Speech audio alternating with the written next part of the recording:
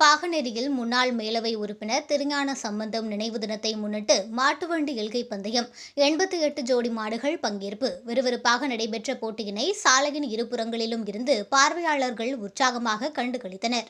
சிவகங்கை மாவட்டம் மதகுப்பட்டி அருகே பாகனேரியில் மாபெரும் இரட்டை மாட்டு வண்டி எல்கை பந்தயம் நடைபெற்றது. பாகனேரி மதகுப்பட்டி சிவகங்கை சாலையில் நடைபெற்ற இப்போட்டியில் பெரிய மாடு, நடுமாடு, சிறிய மாடு, கரிச்சான் மாடு என 4 பிரிவுகளாக பந்தயம் நடைபெற்றது. இந்த மாட்டு வண்டி பந்தயத்தில் பெரிய மாடு பிரிவில் 14 ஜோடிகள், நடுமாடு பிரிவில் 22 ஜோடிகளும், இரு சுற்றுகளாக நடைபெற்ற சிறிய மாடு பிரிவில் 28 ஜோடிகள் மற்றும் கரிச்சான் மாடு பிரிவில் 24 ஜோடிகள் என மொத்தம் 88 ஜோடிகள் பங்கேற்றன.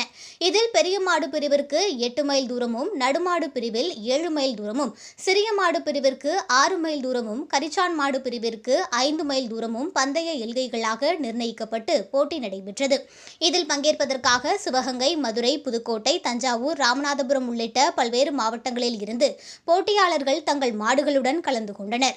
விடாமுயற்சியோடு மாட்டு வண்டிகள் ஒன்றை ஒன்று இடித்து தள்ளி முன்னேறி சென்றன. போட்டியில் போராடி எல்லையில் கொடியை வாங்கி வெற்றி பெற்ற மாடுகளின் உரிமையாளர்களுக்கும் அதை ஓட்டி வந்த சாரதிகளுக்கும் ரொக்கத்தொகை உள்ளிட்ட பரிசுகள் விழாக்குழுவின் சார்பில் வழங்கப்பட்டது.